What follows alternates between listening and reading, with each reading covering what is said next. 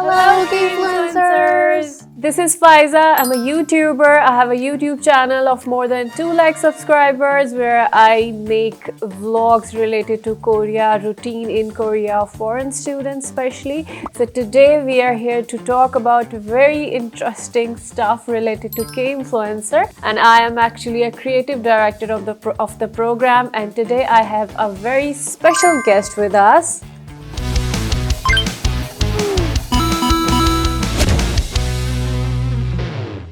So would you please introduce yourself to our viewers? Yeah, sure. Hello, my name is Diana and I also run a YouTube channel, 𝗞-𝗰𝗄 in Spanish. I'm also a K-influencer this year, 2024. So I've been also creating content related to Korea and especially how is life in Korea and Korean culture. So I'm so happy to be here today. Yeah, it's really nice to meet you and it feels good that you're here today. So Diana, what makes you fall in love with Korea? Well, it's a long story, but to make it short, I'm a fan of 𝗞-𝗰cie since 15 years ago. Okay. That's why I started to look into Korea, and then I first came as an exchange student 11 years ago, and I really fell in love with the culture and especially food. So what's your favorite Korean dish? Oh, that's a very hard question, but if I have to choose only one, 𝗞-𝗤 is my favorite. So I know that all our K-influencers love to create Korean content. Actually, we get a monthly mission and every mission has a topic. So we have to create like content and videos related to that specific topic every month. But it's always about Korean culture and showing Korea to our friends globally. Okay, so I will be your Jenny today. So let's talk about Literally Korea. So we have just watched the video. What are your views about this? I really like it and it made me hungry after seeing all of those colors and all of those dishes. Same here, me too. I've started feeling hungry.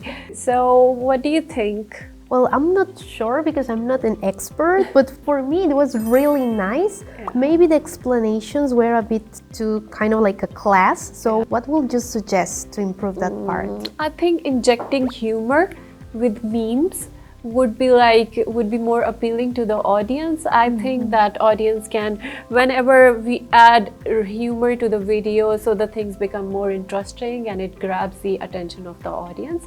So I think that part need to be added. Rest, I think she did pretty well job. I think the thumbnail of this video is quite interesting and I've already started feeling really hungry. Same for watching the video. What do you think about it? The same, and also the colors that are shown here match really well. Like she used orange, which like is kind of kimchi colors. I think it looks pretty. So now let's discuss about the room of improvement, if there is in the video. What do you think? I'm not sure because I really like it, but I feel she was, I don't know, maybe bumping from one thing to another, so it was kind of hard to follow. Maybe, but I don't know if I'm right or not. I would prefer if she explains things first and then shows the restaurant instead of like explaining restaurant, it's like, I don't know. Maybe it's because I cannot concentrate for like a long time on the same thing. I don't know. Maybe it's just me. Like exactly jumping your attention from one place to another. So it was just a mixture of things. But she tried to do well from her side. But what I believe that she could have added subtitles in English, maybe. True. Yeah. I didn't think about it because I speak Spanish, so for me. Yeah, so if there would be like English language subtitles, that would be appealing. That would be appealing for the wider audience. And also, I believe that she was just saying the word. She could have used some animations along with the word she was explaining, so that could have grabbed the attention more. What I believe that if 2 K-influencers collaborate, so that would become sort of discussion, like we are discussing things right now, so it grabs the more attention. So if she could have collaborated with some of the K-influencer and presented it in the form of discussion, so that could be more interesting maybe. So this part could be improved this way, what I believe. Okay, so that was like really captivating kind of music in the video, and the thumbnail seems quite interesting, but doesn't it have a lot of words or like too much is happening on the thumbnail? What do you think? Sure, like when I first see it, it's hard to choose where to read first. Like, should I read K-Influencer Academy? Come with me. So it's, yeah, you're right. Yeah, like exactly. The focus is given more on what context, K-Influencer Academy or here or here. So I think this part could be improved. I think it should be made less documentary kind of thing. Dynamic. Like Yeah, it should be like somebody's talking to us, not telling us something serious.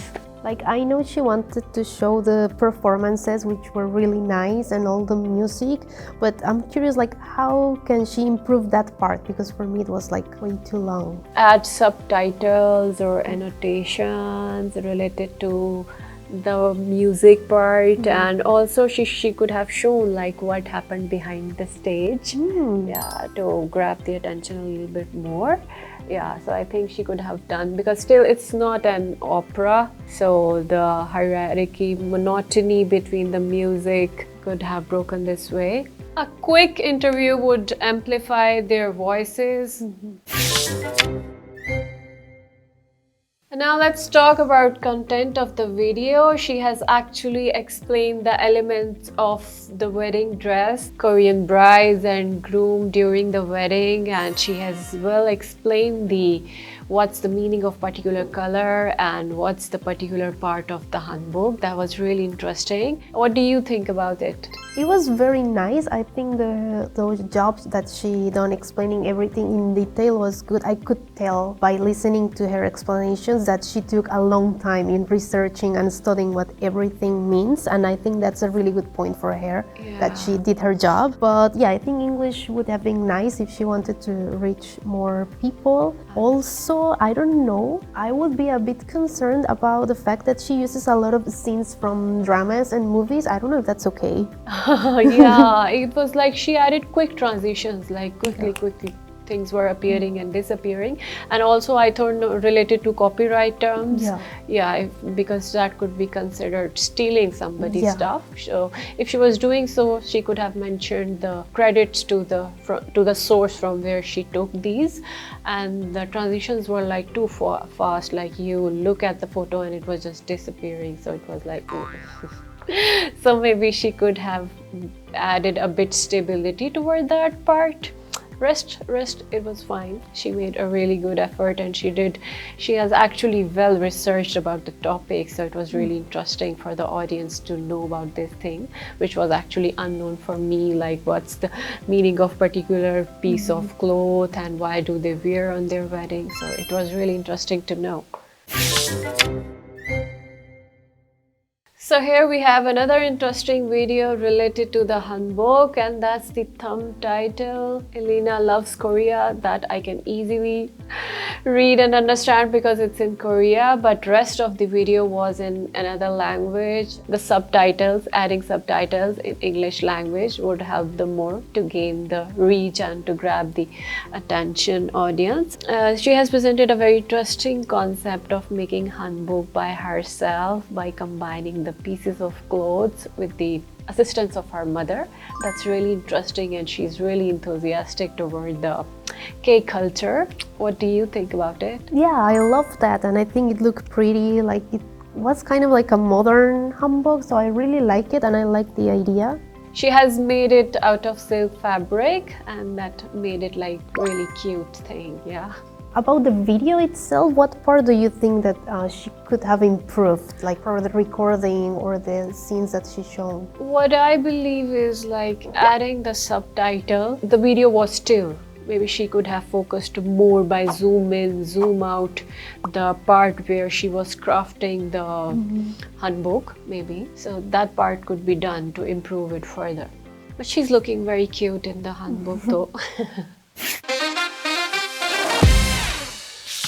Okay, so unfortunately we have become to the last part, and I would like to ask once again, like, what's your, like, a summarize of your feedback or your final thoughts after watching all of these amazing jobs from K-influencers? I have learned so many things about Korea after watching these videos, so it was really good and learning experience for me. and I really thoroughly enjoyed it.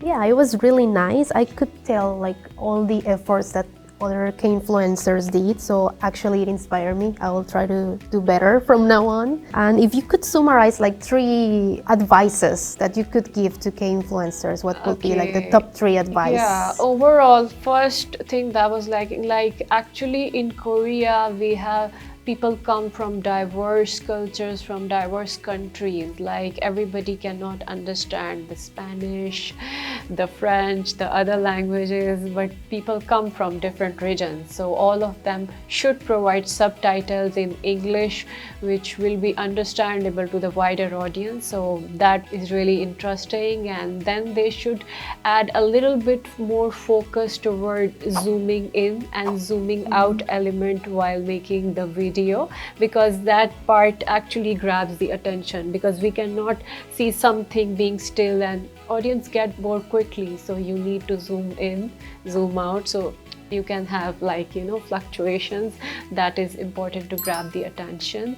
So that part needed. Overall, I analyzed in all of the video, these were the points that were missing, but rest besides that, all of them have made great efforts.